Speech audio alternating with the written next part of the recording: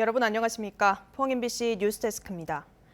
경북 동해안은 장마철에도 비가 오지 않는 마른 장마로 식수댐과 저수지가 말라가고 있습니다. 태풍이 오기 전까지는 저수율이 높아질 가능성은 거의 없는데요.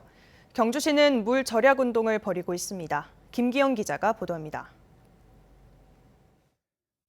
포항 식수의 절반을 책임지고 있는 영천댐의 저수율이 16.9%까지 떨어져 주의 단계가 발령됐습니다. 댐 상류는 수개월째 바닥이 드러나 초원으로 변모했습니다. 도수로를 통해 영천댐으로 물을 공급하는 임하댐도 저수율이 26.8%까지 내려가자 수자원공사는 하천 수질 유지를 위해 흘려주던 유지수 공급을 중단하고 물 부족에 대비하라고 지자체 등에 통보했습니다. 물이 이제 포항시, 포스코, 인근 경산시까지 가기 때문에 향후에 더 가뭄에 대비해서 지자체나 공단에서도 물 절약을 좀 준비하는 게 필요하지 않을까. 형산강 상류에 위치한 경주시는 사정이 더 좋지 않습니다. 경주 최대 식수원인 덕동댐은 저수율이 46.3%로 평년의 69%보다 낮습니다. 여기에서 10% 이상 더 떨어지면 제한급수가 불가피합니다. 식수 전용인 간포댐은 39.2%에 불과하고 농업용인 보문호도 42.4%까지 내려갔습니다. 앞으로 향후 비가 오지 않을 시에는 농업용수와 생활용수에 필요한 수돗물을 절수하여 사용하도록 홍보할 것이며 덕동호 물을 아끼기 위해 경주시는 보문 정수장에서 정수하고 흘려보내던 물도 다시 끌어와 사용하고 있습니다. 또 7월부터는 형산강 물까지 6km 상류에 있는 정수장으로 퍼올려 부족한 물을 채우고 있습니다. 형산강에서 흘러가는 물을 15,000톤 정도 금장교에서 치수를 하여 본 정수장으로 송수하고 있고 한 달 안에 태풍이 오지 않으면 농업용수 부족은 심각해질 것으로 우려됩니다. 동해안 하천은 담수 유역 면적이 작고 하천 경서도가 급해 강우량이 평년 대비 50%만 부족해도 물 부족에 시달리고 있어 장기적인 대책이 필요해 보입니다. MBC 뉴스 김기영입니다. 경북에서 신종 코로나 바이러스 감염증 신규 확진자 4,968명이 발생했습니다.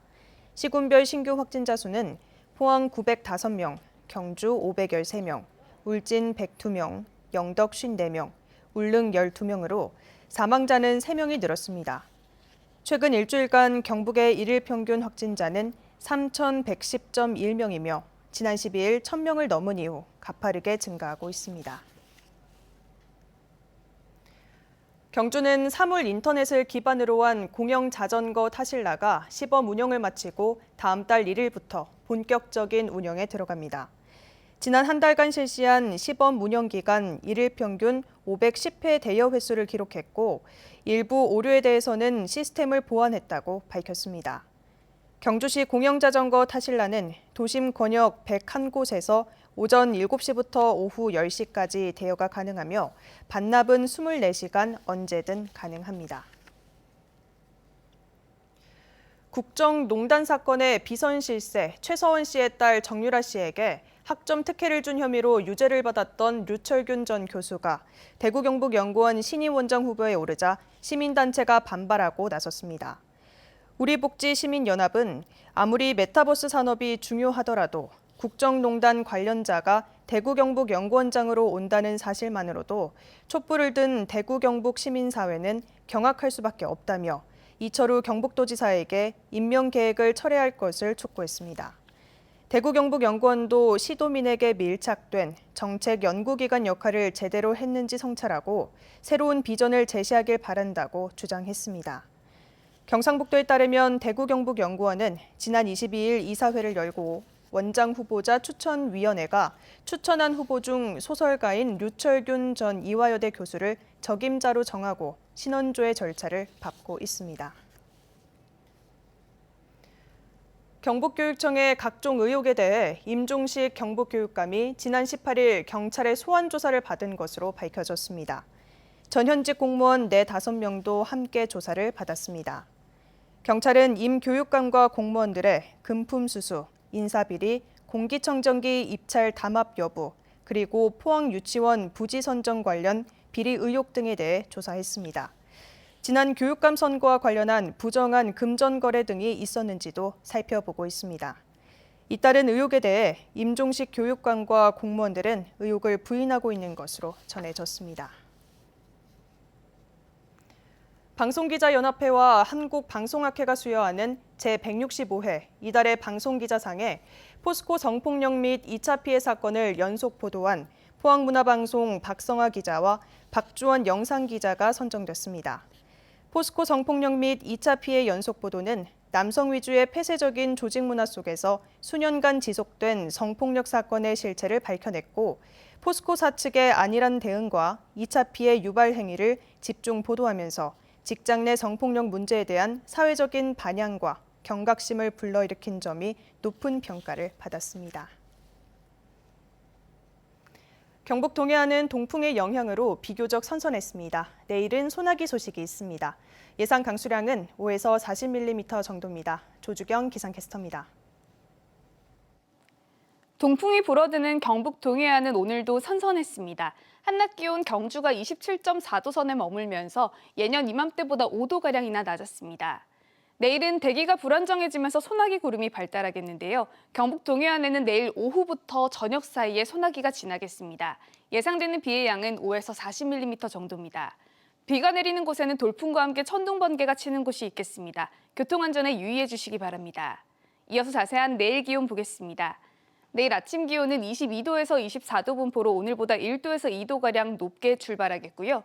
한낮 기온은 울진이 25도, 포항과 영덕 27도, 경주 30도까지 오르면서 낮 기온은 경주가 오늘보다 3도가량 높겠고요. 포항은 오늘과 비슷하겠습니다. 영덕과 울진은 오늘보다 1도에서 2도가량 낮겠습니다.